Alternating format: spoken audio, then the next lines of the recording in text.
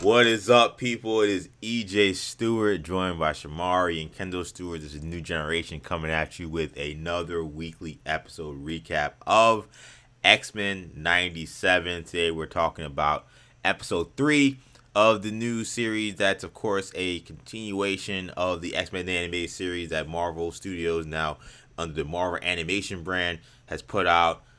We know that this episode was supposed to be a banger. The people that got to see this episode during the premiere a couple weeks ago talked about episode 3 being a standout. I don't think they they didn't disappoint in that regard. I'm very curious what my guys got to say about it. So thank you guys for checking us out. We're going to talk about the episode. Sham, Kendall, thank you as always for joining me. I'll start with Sham. What'd you think of episode 3 we had here of X-Men 97? Another banger. Gotta say, very impressed with the team um, behind the show and the animation. Again, just continues to impress. Um, it's just crazy to watch. It's just weird watching this show, watching new episodes of this show, and it feels like we're watching like the old show. It feels like we're watching a continuation of that story, and it feels like we're watching just a comic book story come to life, which is what that the original show felt like, what the old Yeah. show felt like. So it was great. I thought the story was very good, very compelling. The animation and the colors and everything was very good, and it was just really good, just really well made, contained story. So I enjoyed it. Kendall, this story had a lot. Again, it was a lot going on, but it was this story. It shows interesting because a lot goes on in it, and there's a lot in it, but the story is actually very simple. And I think this episode followed definitely in that track, and I guess the original show was like that as well. But I think this show definitely crams in a lot more than the original did. Just I think the it's trying to do more than the original did because just the advancement of like story writing and stuff. How did you feel about this episode? I mean, we leave the last episode where we see another Jean Grey, for lack of a better term, at that time. Now we know the real deal. Show up at the X Mansion and cause a lot of confusion. And then it leads into what I felt like when I watched this, Kendall. I was like, man, as great as this episode is, I really wish this was a Halloween episode. Like, I wish this episode was out on October 30th or in the month of October because um, the introduction to the Goblin Queen herself, Madeline Pryor, like I thought was great, and I'm curious what you made of the episode overall. I personally, I was a huge fan of this episode. I mean, I think we all are. But what I found um, really great about this episode was, like you said, EJ. We get our introduction into the Madeline Pryor character, and this really reminded me, and I think reminded a lot of people of the power of you know the animation medium in helping introduce a character that maybe isn't a household name in X-Men or maybe just in general Marvel lore, and isn't like somebody that every Marvel fan's gonna know who Madeline Pryor is and knows the story. That's what these shows are meant for. That's at least what these shows have done. Maybe it's an unintended consequence that these shows have had, but it's still a positive development nonetheless. But now this is a Madeline Pryor character that if they wanted to bring in and do a version of that story in the MCU in live action, now this is it'll be met with a lot more familiarity from the mainstream, and people will be like, oh yeah, it's from the X-Men 97 show. You remember that? Like, as opposed to if you do it from the comics, like there's you gotta it's a deeper pull. You gotta for a lot of people you gotta just watch an Easter egg video to find out or read an Easter egg article about what this is pertaining to. So I think it did a really good job of introducing this character and this storyline to newer audiences.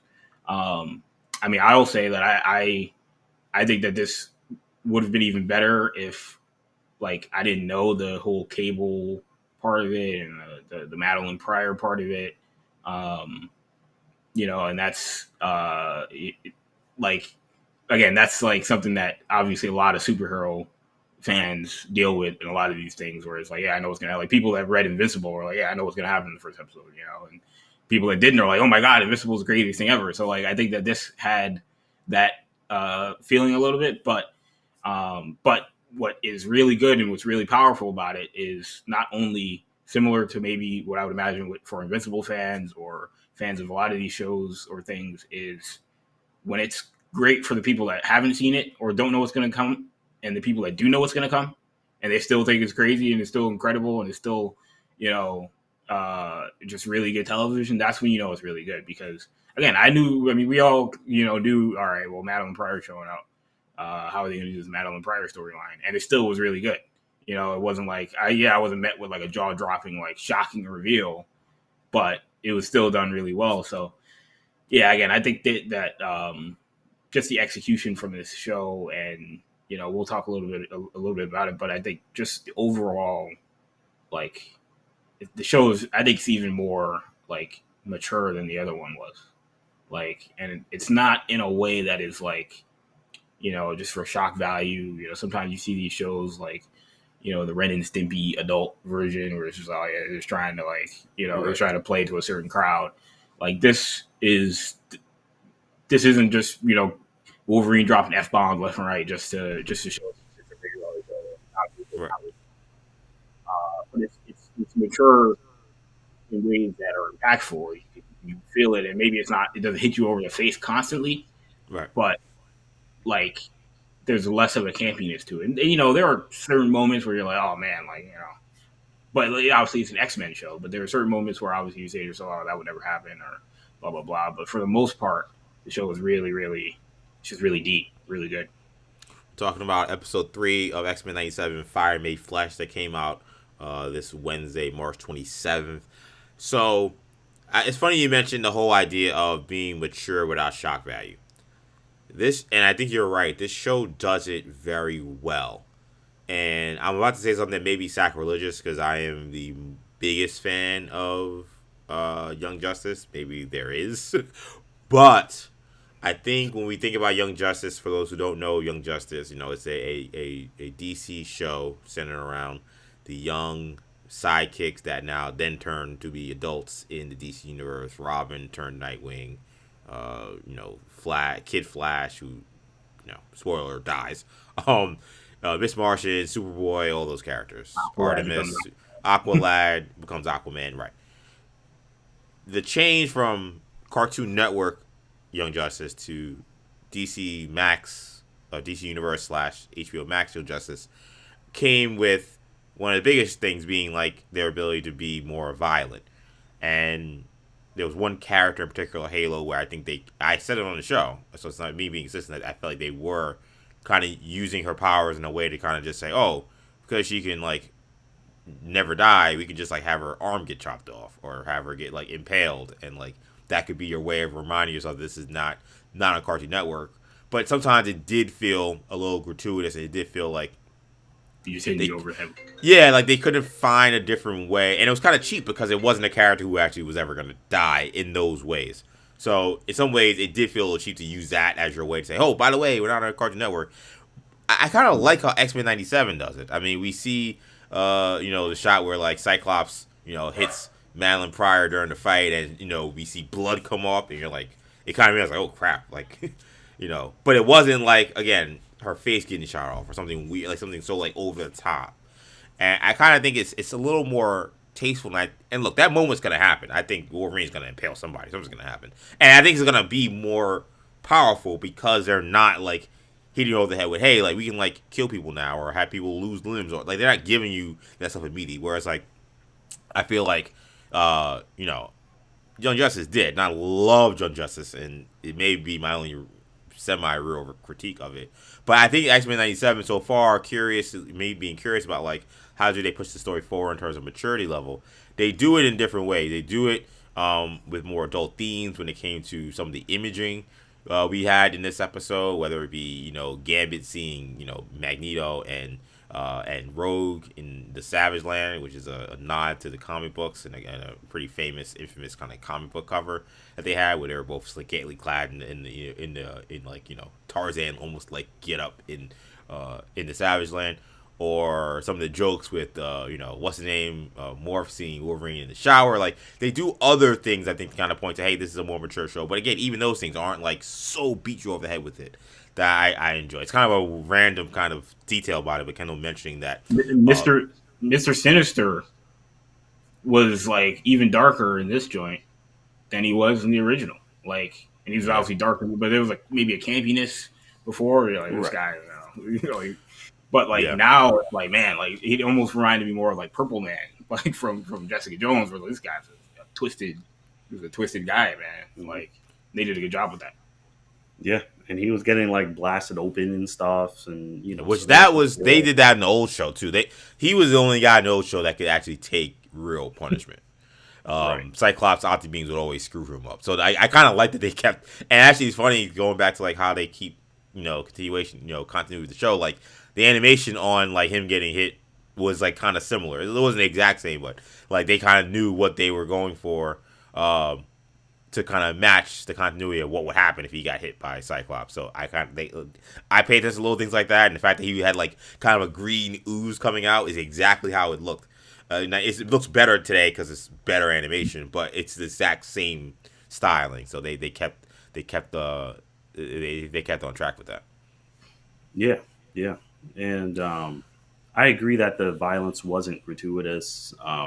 There was some of the horrific stuff going on in the mansion was a little eye opening. It was creepy. It was very creepy. Yeah, so it was definitely not something that would have been shown. Yeah, definitely not Saturday morning cartoon. No, this was not Saturday morning cartoon stuff at all. But again, at the same time, it wasn't this like again just blood everywhere, heads getting cut off. It was like I said. That's why I immediately had Halloween. Like when I watched, I felt like I was watching something that would have been played on Halloween if this was a show that came out in a weekly episodic network kind of thing. So and in fact, I'm sure if they were doing it that way, this is how Marvel would have done it. So that maybe there was a time where it would have came out during Halloween because the show had been delayed, of course. So yeah, I here's what I'll say from a story standpoint. So the story takes us where we left off again. Jean shows up. We don't know if it's a real Jean or not. And this episode is interesting to me. I really liked it. The pacing of this show is going to be fascinating because this show, like, look, if you want X-Men Full Tilt, like, this show is for you. Like, there isn't a lot of, like, oh, let's, like, have 3-4 episodes to see who's the real Jean and whatever. Like, this is just, like, Jean shows up, who we now know is fake Jean / Madeline Pryor, does her own psyche evaluation and be like, oh, this is clearly not the real Jean, which we all know we can't buy that. A little bit of contention, and Magneto shows up, yo, Beast, figure this crap out. Which I think is very straight to the point. Beast does the analysis, he's like, okay. And I actually really love the Beast scene in some ways because he is so, like, matter of fact. Like, he's saying something insane and he's not, like, really, like, everyone else is reacting, but, like, he's just kind of just telling you the facts.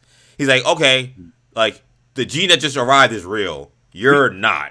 And everybody's like... We've had 3 scenes with Beast where, like, it's the same thing. Yeah. Like, probably the 3 most shocking moments, that at least for those characters, where it's the reveal that she's a clone, the reveal that Storm lost her powers, and at the end, the reveal that, Nathan Summers, like, had a virus that's killing him. Like the Storm reveal, he was more emotional. Like that one, he was upset.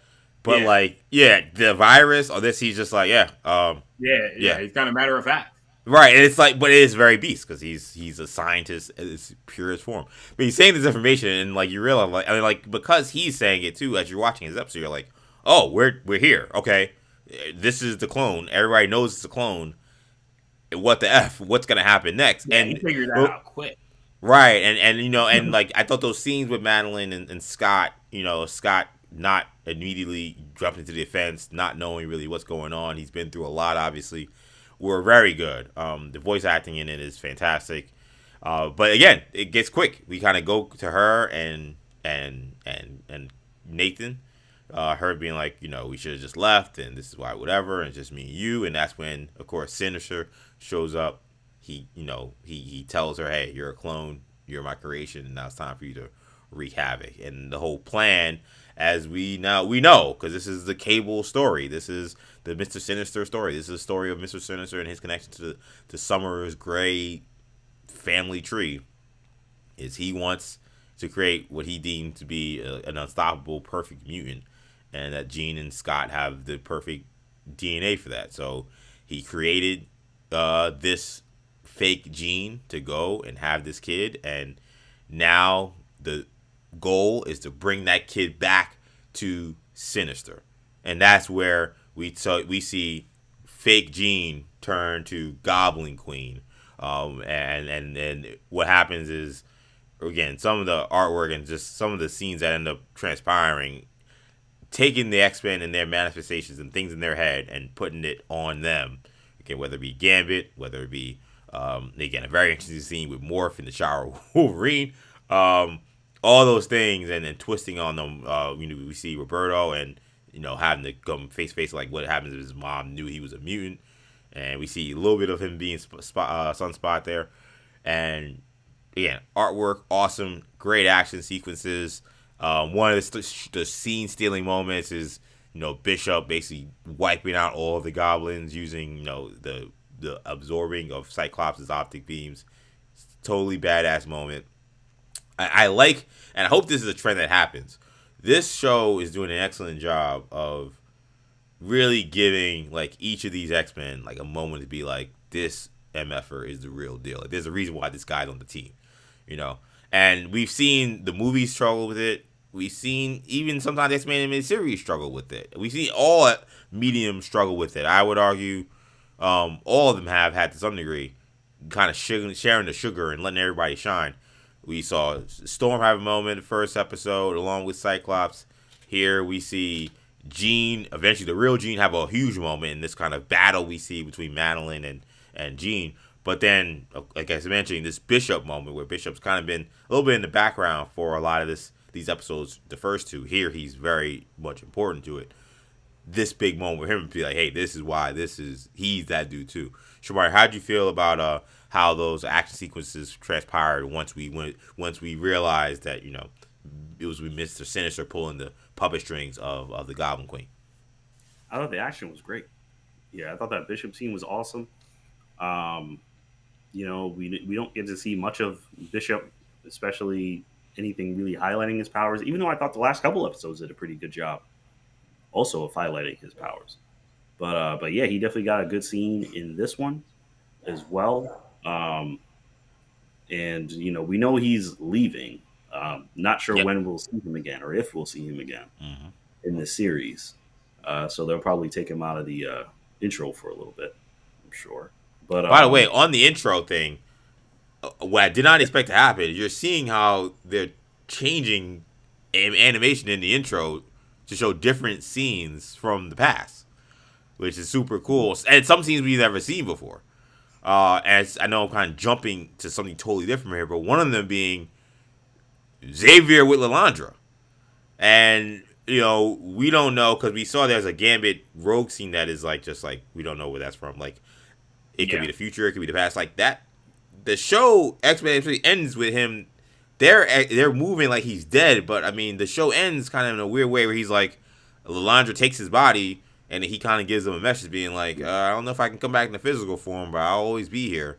But he's not technically supposed to be right. He's not technically dead.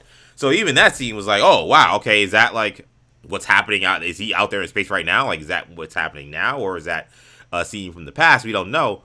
But just something to just jump in real quick was that was the fact that they're changing those things, I think, is also really cool. That we're seeing some new scenes that they're throwing in there. Yeah, no, that's definitely interesting. I've been wanting to take a look at those a little closer because it's so quick. Yeah, so you kind of have to rewind it a couple times. But yeah, it was the action in this series in general was great. I also thought those Jean Grey sequences. Oh yeah, great.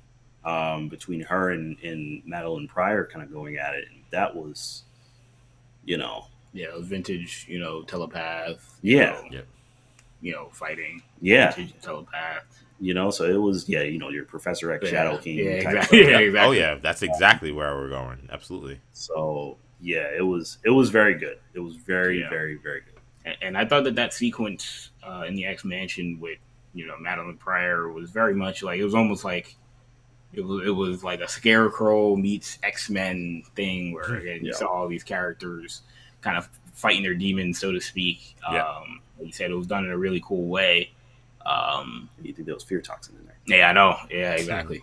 I was like, "Where's Jonathan Crane?" But yeah, they did that. They did that really well.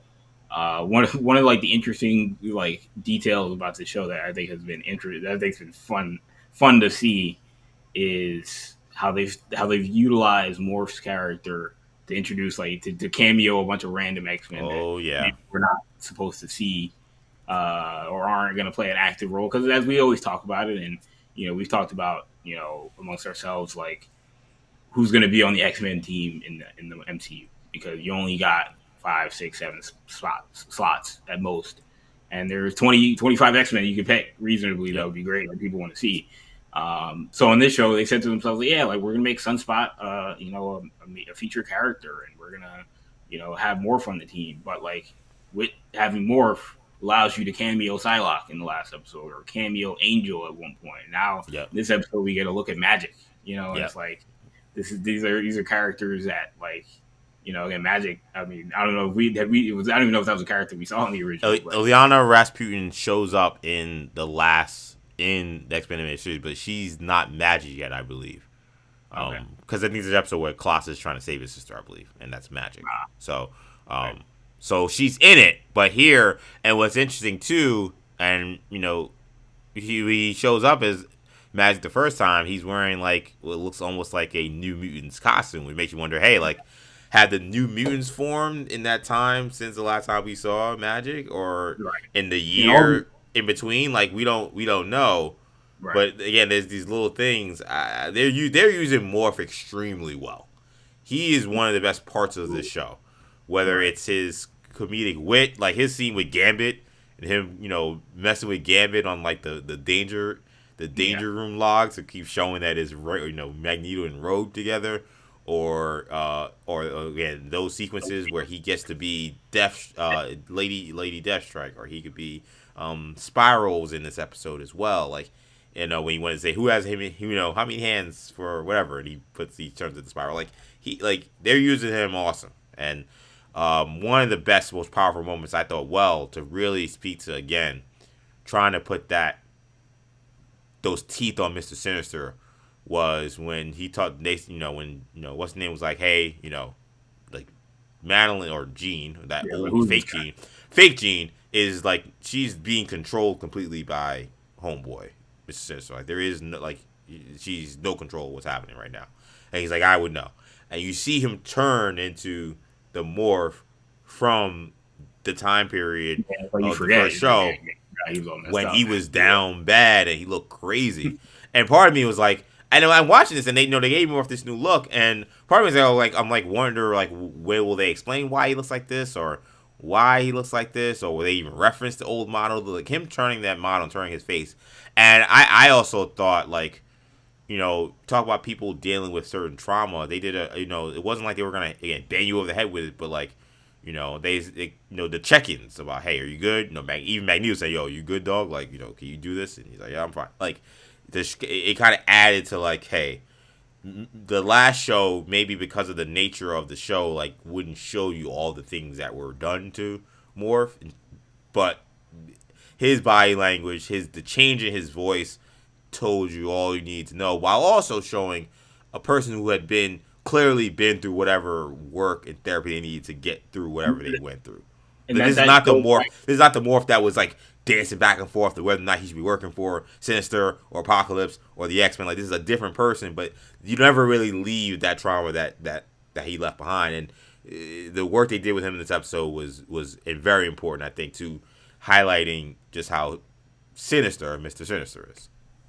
Yeah, and they, like, what was great about this character. It goes back to what we mentioned last week, where again, that's a character that he hasn't had like a ton of moments. He hasn't had a ton of speed. None of it's been really about him, but Yep. everything and every moment and everything involved with him there's almost like there's a whole background to his character that is encapsulated in these 4 or 5 moments that he's had, and Yeah. everything he's done has made sense, and everything he said, all his dialogue has made sense. Um, like and one of the sort of controversial parts about this show coming into it was how they talked about how Morph was going to be non-binary, and Yeah. people were like, oh, here we go, woke, blah blah blah, and it's a whole other conversation. But Yep. like, when you watch it, you realize one of the. I mean, again, I'm not in the head of the people making the show, but from my perspective, I'm watching and be like, oh well, it makes sense. Obviously, he's turning into a lot of female characters, he's turning into a lot of male characters, so it's not Yep. one way or the other in that sense. So. Yeah. Again, they think about this stuff in ways that, again, make sense, and it, creates this, again, this show where all the characters feel real and they feel holistic in that sense, as opposed to like characters that can be written with one byline saying, yeah, this is Gambit's just the swashbuckling Cajun. It's like, no, there's more to Gambit's character that gets expanded upon even a little bit in this episode, and will continue to be expanded upon. And again, that goes for all these characters. But yeah, they've done a good job with it. Yeah, I didn't. I'm one of the people that wasn't the biggest fan of Morph in the last series. I don't know if really anybody was. To be honest, I mean, I don't know anybody's relative. You're not supposed to like Morph. I think most. I think even when he makes his face turn, I don't think he was a character that was like really beloved by the people who loved the early show. Like, I'll be honest, when they announced he was gonna be on the team, I was kind of annoyed. I was like, oh man, that's a spot that could have went to Nightcrawler or something, like. And I think Nightcrawler was expected to show up at some point in the season, but like that was my reaction. So yeah, like I think you're not like alone in that. Okay, yeah, I wasn't the biggest fan of Morph going into this series, but I do agree, EJ. He has impressed me. I think he is. I think him being just a straight, like, kind of, I guess babyface character, I guess, to use a wrestling term or whatever, but just a hero, just being a straight hero, someone that you're not, that isn't like constantly torn.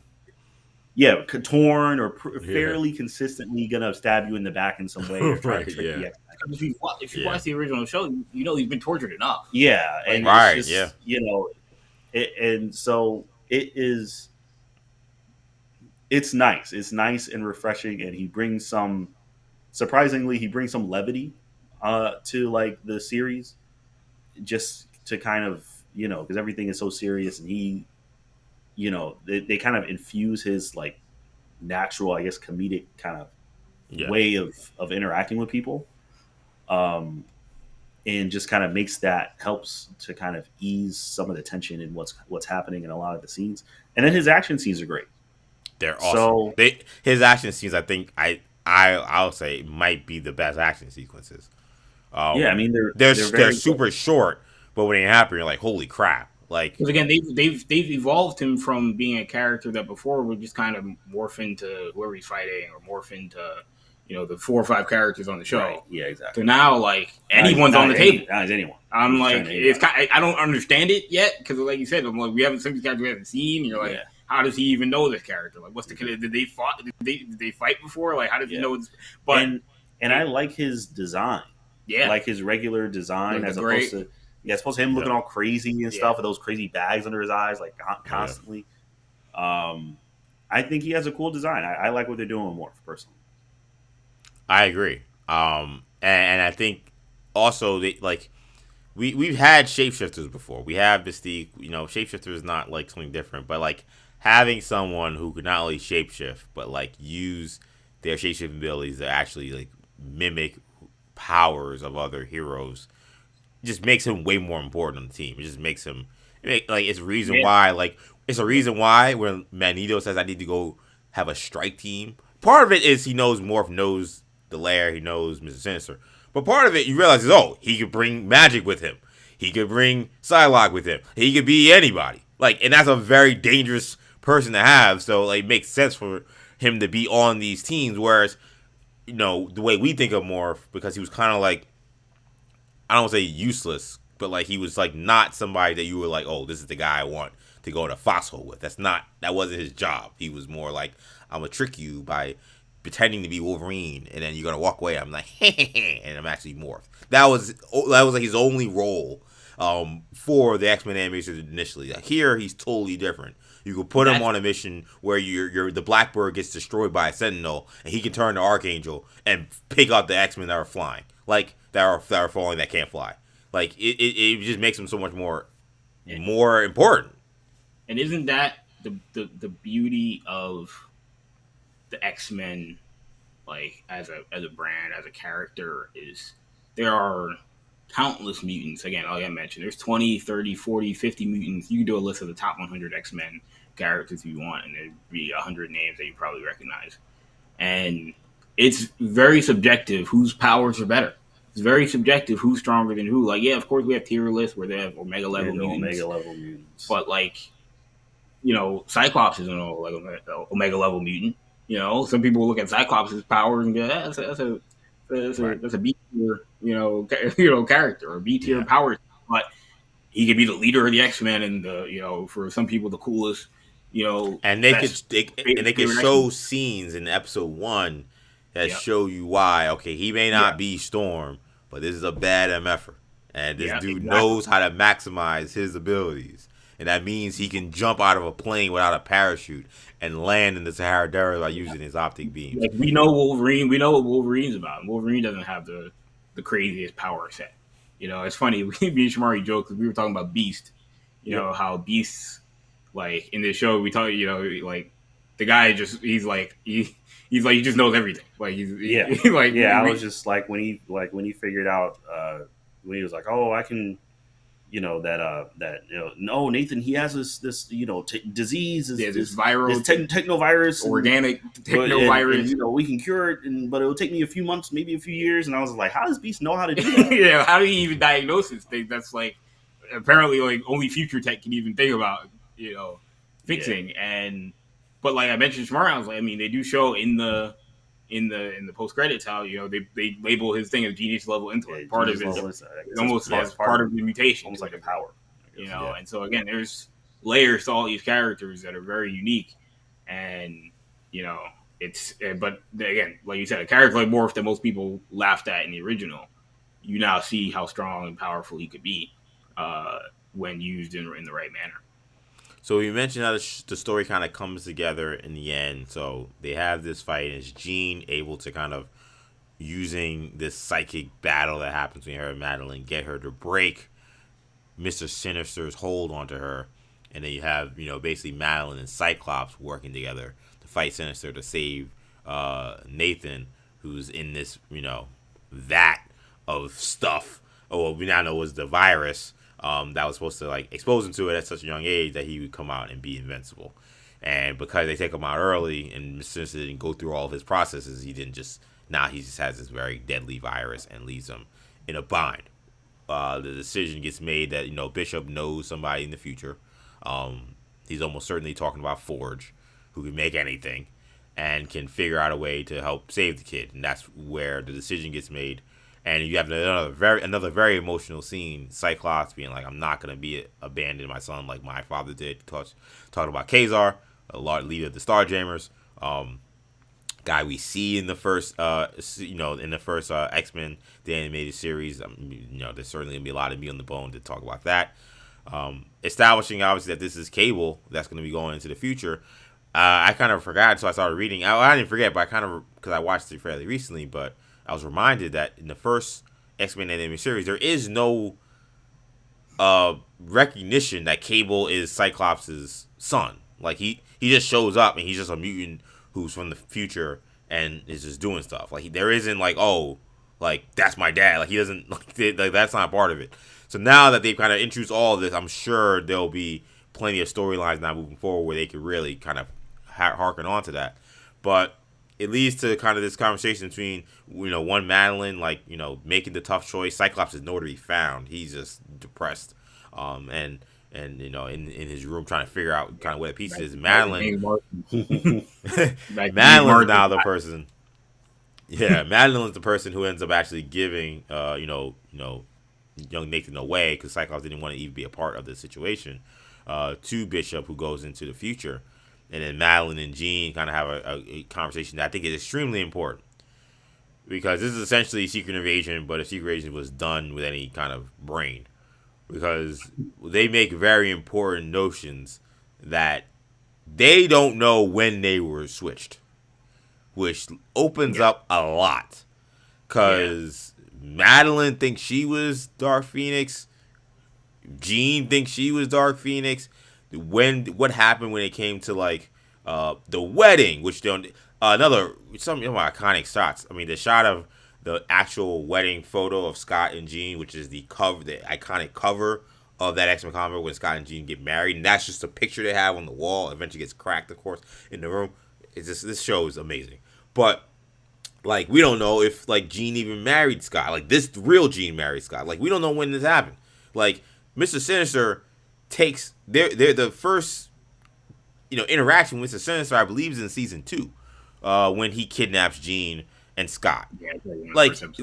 Yeah, like that could have happened in season 2. We don't know how long this fake Jean / Madeline Pryor has been running around. We have no idea. So that and I don't think I know they kind of leave it as almost like, hey, we don't know. I don't think that's going to be something that gets thrown away. I think we're going to learn more about that. That's a very important detail, and it could be a way for them to move away from Jean's past with the Phoenix, if that's what they want to do. It could allow them an ability to also redo the Phoenix Force also as well. Do it in a different way, not in the classic story that we saw, because we've already seen it. But it does open up a lot. That's an extremely important detail that I did not expect. I was wondering when they got switched or what happened. I assumed it was in the year that we just didn't see. But now we know it could have been at any point. Yeah, I agree. I thought that was interesting. I do hope that they do eventually tell us. They may not. Like they could leave it very open ended. Like the way they ended it, kind of made it seem like, it's gonna be left to interpretation for everybody. That's just gonna be the kind of mind bending thing you're gonna have to live with for the rest of your life, because you don't know how long you've been this life. Yeah, there's no way I feel like that's gonna happen though. There's not, and Mr. Sinister ain't going. I hope not. That I would hope not, because like you said, they didn't finitely end the Mr. Sinister arc. Nope. So and he's the main villain of the season, so he's not. Yeah, as far as we know, he's the main villain. He's not going anyways. That's what they told us. So I would assume that we're going to get that answer, and I would hope so. Because like you said, I mean, I just think that that's a better, at least more satisfying for the viewer. Whether it's deep, for the characters, maybe the characters never find out, but we do. I would want to know personally, but yeah, no, I think that they handled that really well. I joked to Shamari when Madeline Pryor was talking to Nathan about, we want to give you a better life. And I was like, yeah, send him to the dystopian future. Get ready to learn Sentinels, buddy. Get ready to learn the Age of Apocalypse. Get ready to learn Nimrod, buddy. Exactly. But no, I mean, it's good. I mean, they handled that really well. It's funny. I like last week when we were coming up on this Madeline Pryor stuff. I had to look. I was like, when was Cable created and when was Trunks created? Those storylines are so similar. And shout out to Akira Toriyama. Shout out to R.I.P. Shout out to R.I.P. for sure. The Trunks character came like 5 years after Cable was introduced last year. So it makes you wonder, was that an inspiration? It makes you wonder. Maybe not. But there's a lot of similarity between the stories. We know Goku and Superman. There's definitely similarities there. But yeah, no, I just thought that was funny as well. So the one thing I'll say before we wrap up real quick, if there was anything I thought was, and this is where I talk about the pacing of the show, maybe it's really good. Again, if you want full to X-Men, just go. Like, give me it, give me the action, give me the story advancing. Like, they're giving you that. I think, and maybe you guys, I don't know how you feel different. I felt like there was kind of a semi-major plot hole, unless the episode was just moving too fast. I could not figure it out. I watched this on one run, and I'm doing this review with you guys. But how or why did Jean end up back at the X-Mansion? Like, I feel like that, and I don't know if that's a thing that was a part of Mr. Sinister's plan that intentional. will then be a part of whatever more happens. But okay, you had this, you had Madeline Pryor. You made this swap for however long this gene has been in your lair. He just let her walk out. Did she break So out? I here's don't. my theory. What Here's my happened? theory. Because I think you're right. I think that is random. Yeah. And I think, like you said, I would assume these shows they think about everything, especially a good smart show like this.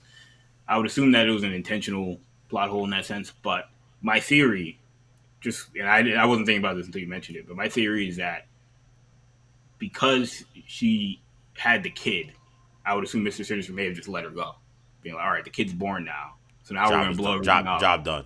Yeah, job's done. Kobe Bryant, shout out Kobe. Yeah. Job's finished, and now we're gonna go and now we're gonna throw her at the X Mansion. She's gonna look for the X Men, and now everything's gonna go spiral out of control, and that's when his plan's gonna go into action. That's my thought. Because when you think about it, you're like, man, Mr. Sinister's plan got all messed up by Gene. He's gonna he's gonna slow play this thing, long game this thing for a couple years maybe, or however long he's going to do it, and then he's going to take Nathan. But Yeah. It's more likely that he let her out so that he can just grab the kid now. That's my Yeah, in theory, Gene showing up kind of sparks this. Who the hell is this fake Gene, or is she a fake Gene? spiral everything out of But control. but at the same time, if Sinister had control of Madeline Pryor, like why doesn't he just be like, all right, jig is up, go in there and like cause havoc and bring Nathan here? Like, why do you need? Because at the end of the day, like Gene is the reason why he didn't get his perfect Nathan Summers mutant. Like Gene screws everything up, so it just feels like there's something Well, missing maybe there that I feel like can't figure out unless I'm stupid and I miss I think something in the that's a show. psychological. I think that's part of like the psychological warfare. Because if you just take Madeline Pryor, like now they're just looking for Jean Grey. You know what I mean? Like they don't know if they don't even know if she's a clone. But once they figure out she's a clone, now everything is just like what? Like again, like now you have this.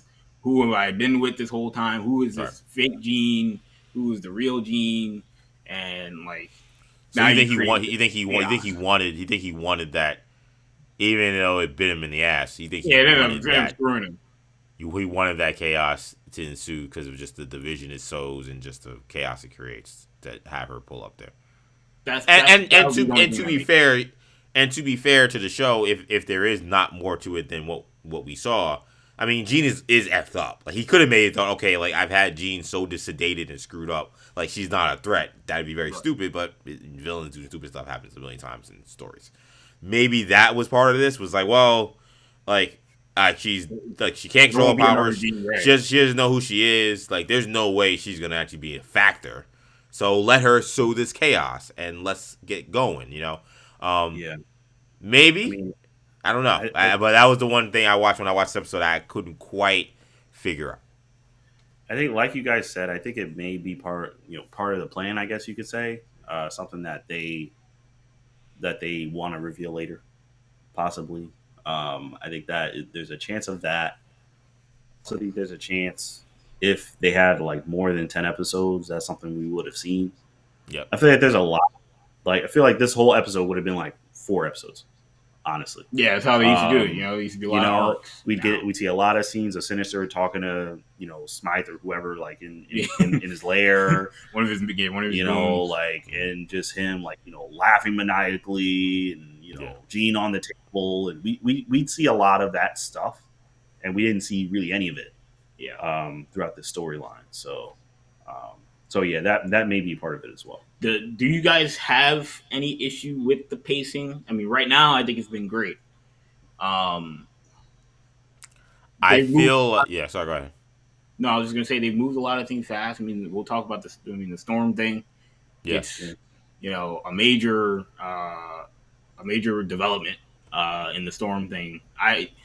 That's something where we would have thought like, oh, we're not gonna see Storm for 3-4 episodes. Yeah, and like immediately next episode, we're already on the path to Cure. Yeah. She was still in the intro, I think. And I was a little shocked by that. Right, exactly. Yeah, you would think if they were really trying to dynamically, do it, like they would have taken her out. Yeah.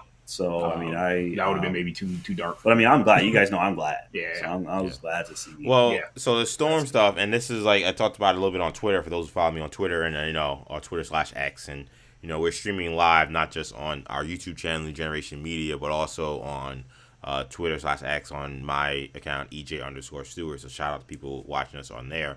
On Twitter, I mentioned that I of all the stories, I'm talking about Storm. I'm like, what the hell's going on? I forgot maybe one of the most important ones, which is Life Death, which is Forge bringing kind of Storm back to after she loses her powers and loses that sense of herself of being a weather goddess, getting her groove back, so to speak, and allowing her to eventually, the whole story ends with her becoming the leader of the X-Men.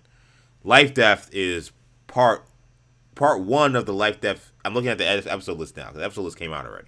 So the next episode is Motendo / Life Death Part 1. And then there's a Life Death Part 2 that's episode 6. So you guys are right in that, like, they're going, like, we're not going to have a whole, we don't see Storm 4 episodes and then they have her do a Mr. Miyagi thing before. That's not happening. Like, that's going to happen next episode as he's going to begin. It's weird that there's an episode in between there, but the Remember episode, I assume, now that I'm kind of trying to piece together what this means, I assume episode 5, Remember It, is probably something with G. Like, it's probably like, let's get to the bottom of like what the F Miss Sinister did. Now that I'm trying to think about what these names could mean. But we jumped right to Storm. This also is probably the other thing I didn't love, and I think it does have to do with the pacing. Like, we see none of Storm struggle with this. Like, she learned she was no longer a mutant. She writes a sad letter. She leaves. And then she's on the bus. And the next time we see her, she's in Texas at a bar. And then Forge shows up. We don't know why Forge knows that Storm is depowered. We don't know why Forge knows where she is. Right, why he would know that she's there. Like, how do you know to pull up at that bar? There's a lot of things we don't know, and I think that was a little bit of a problem because the Storm moment in the last episode was too important, I think, to throw it at the end in 2 minutes and be like, oh, by the way, like, yes, that lead up and all the struggle Storm's dealing with, like, we're just gonna, like, she's went to her destination and she's already found the guy that's gonna fix her. Like, it's a little, I thought this is where I'm thinking 10 episodes, maybe getting to them a little bit. She didn't even find him. He found her. Right. It almost took no work. And my thing is like, he can find her if it makes some sense, but it did feel like he shows up just out of nowhere, completely out of nowhere. Right. So that part. So when you asked about the pacing, I thought that was a part where we got that at the end, and I'm like, well, good, we get Life Death really soon, and we can get Storm back into the fold. But then at the same time, I'm like, damn, they just like, all right, no, we're here. We don't know what she's been dealing with in this day, 2 days, however long it's been since she left the mansion. Right. That's another part where it's like, clearly there's a story there. That might it all might make sense. It may not be a plot hole, but like, we might find out. Right, and we'll probably find out.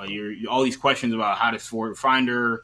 He says he's a friend of Professor X. Like, I guess none of them know about him except maybe Bishop. And Forge is in the X-Men animated series, but I don't remember exactly what his presence was on the show. Right. He's definitely in it because almost everybody's in it. And I remember him in it, and he has the exact same model of how he looked. So I know he's in there. I don't remember exactly what he did. So when he says he's a friend of Professor X, I don't know if they don't know him or if I forgot where he kind of comes into the fold. I'm actually trying to look it up real quick to see if there's something. Look, it's almost certainly not this, but one of the easiest way to be like, yeah, Forge knows where Storm is. Professor X told him, Professor X. Yeah, and it's like out there somewhere watching all the stuff from afar. And he told Forge, like, pull up on Storm. She's at the bar in Dallas. So real quickly, Forge, and Forge in the X-Men animated series, he gets started in a few episodes, and basically was 2 separate roles. So in the present, I forgot there's an X Factor episode where he's the leader of X Factor, and then in the future, he is part of the mutant team that's essentially fighting the Sentinels. Right. Okay. And that's where that's why I said earlier where when Bishop says he knows a guy who can make anything, it's from that Right. experience with Forge. So that's where he comes in. But so Storm wouldn't know who the hell he is. And I don't remember even in that X Factor episode. I'd have to watch it. I don't remember how closely that tied into anything that was involved in the X Men. Right. That's going to be the ultimate question is like you said, how does he know how did he know all this stuff? And because how many people even know? Like maybe it's a connection to Magneto. Like maybe Magneto sent him. I know he says for Professor X, but like My how do you even know this? my yeah, my initial theory will be that Charles sent him. That's what I was saying. Yeah, Yeah. like that's the easiest explanation. Yeah. And I like that story the best. I want Charles to be involved in the story. If he somehow he somehow beamed down to him, telepathically, like, yo, this is where Storm is. This is the problem she's having. Yep. And he felt like this is kind of like the Watcher in What If, where you're like the Watcher's Right. like I can't intervene, and then until like all right, I'm this thing's out of control. Yeah. Like the one thing that gets Charles to be like, look, I'm staying back. But then you see Storm lose her power in such a nonsense way. The same clowns, the FOH gang, and saying, all right, I gotta interfere. We're not gonna let this stand. And he throws Forge in the mix. But that's the easiest way to explain this thing. Well, I will say this has been an awesome show to follow. Let's wrap this up and let's give scores. You guys, I'll go Shamford. What are you giving X-Men Episode 3, Fire Made Flesh, out of 10? I'm giving it a 9 out of 10. Saw a very good episode. I enjoyed it. Thought the animation and action is just great. Was some of the best animation I've seen in quite a while. The story's very good. Again, just a very good story. Um, all the characters are they are like the classic characters that we know, but also like a fresh story. Very comic booky without being overly corny. It's just good. It's just really, really good. So I got to give it a 9 out of 10. Where are you going, Kendall? I'll go 8.5. I thought this was a really good episode as well. I think that the the Madeline Pryor Jean Grey stuff is told as good as you could expect. Mr. Sinister. I think this is a character that we expect to be the villain of the season. I think seemingly starting to shape up like he's going to be the villain when we get a live action version of the MCU, and they're doing a really good job of again reintroducing him to the mainstream, reincorporating him in the mainstream. And if this is just the beginning, they're just doing a really good job of setting themselves up for when they decide to bring him over into live action. And the Madeline Pryor story, you mentioned, the Secret Invasion tie-in, and I also got like WandaVision, Doctor Strange Multiverse of Madness vibes as well with the For sure. Madeline Pryor breaking down and, who am I? Who is this? Blah, blah, blah, kind of losing it. So yeah, I think they just did a really good job with both of those aspects, but credit to this team. You can see why you watch these 3 episodes. You can see why, Kevin Feige and the Marvel team of Marvel is already greenlit, multiple seasons already, and it's going to be exciting going forward. We're past the first 3 episodes where a lot of people had seen the first 3. Now we really don't know what's happening next. There's very few people that know what's happening next. So there's genuine excitement and intrigue about what's going to happen next. Yeah, I'll give this episode an 8. It's really good. Action's awesome. I mean, the fact that we're watching Madeline Pryor fight Jean Grey in a X-Men cartoon in 2024 is just like holy crap. Like we've had so many X-Men cartoons, so much X-Men medium, and like this is something we've never seen before in animation, in this or live action, obviously, and to give it the justice of giving the Goblin Queen her justice, because they didn't make her like, oh, she was like, she was whooping the X-Men, whooping Magneto, whooping all these folks, like they did her justice, and then they still, of course, had Jean come in, and Jean goes over, but it was convincing how they did it.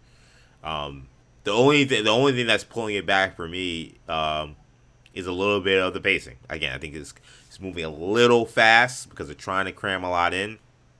Some of it's landing.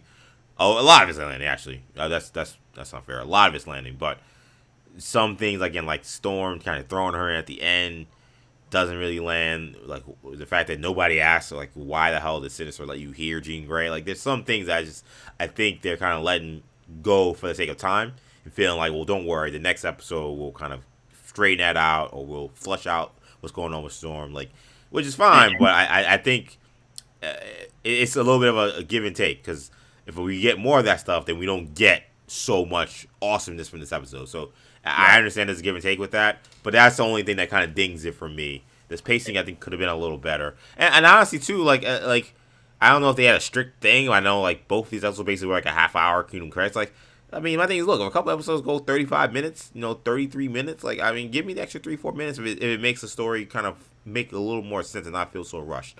But overall, though, awesome experience, having the blast with this show, and I can't wait for episode 4. And one of the things that I think the other area for me where I'm like, it hasn't been a negative, but I'm interested to see as the series goes on, what they're going to do to sort of balance things out is, because there's a lot of characters in the show, and we've had 3 episodes, and they've been pretty streamlined, especially this one, and we only have 10 episodes of this series. Like, a character like Wolverine's just been a background character, and we talked about, like, there's good aspects to that. I love X-Men Evolution. He's kind of a background character in that show, and I think it's one of my favorite versions of Wolverine. But he hasn't done anything in this show.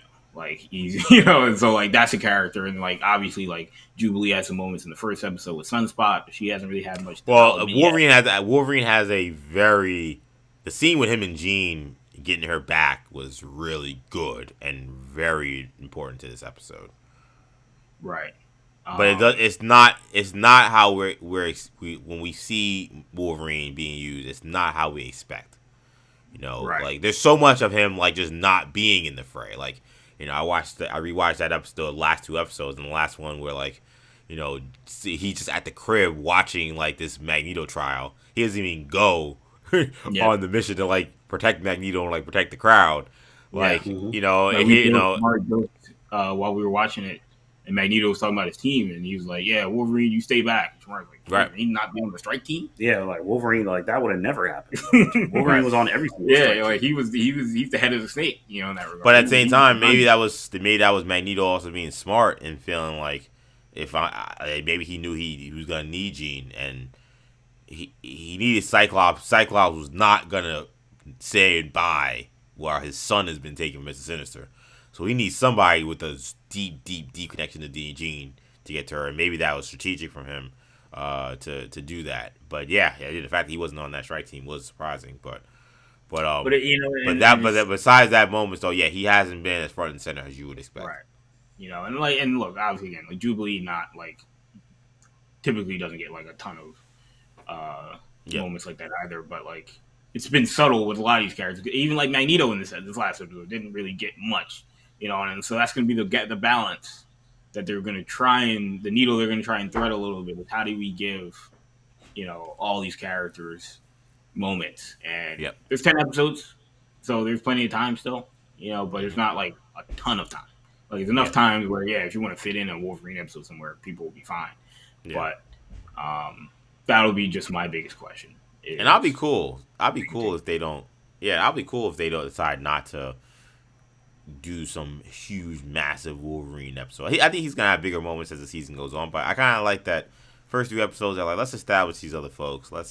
We know what we expect from Wolverine. He'll have his moments, but I like what they're doing because it's so different from what we've seen. It's been every iteration of the X-Men recently. It's just hammered us home with Wolverine being at the center of everything. It's been a little bit of breath of fresh air to see him kind of on the sidelines a little bit. So when he does take center stage, I think it'll be important and it'll be intentional and it'll be a reason for it.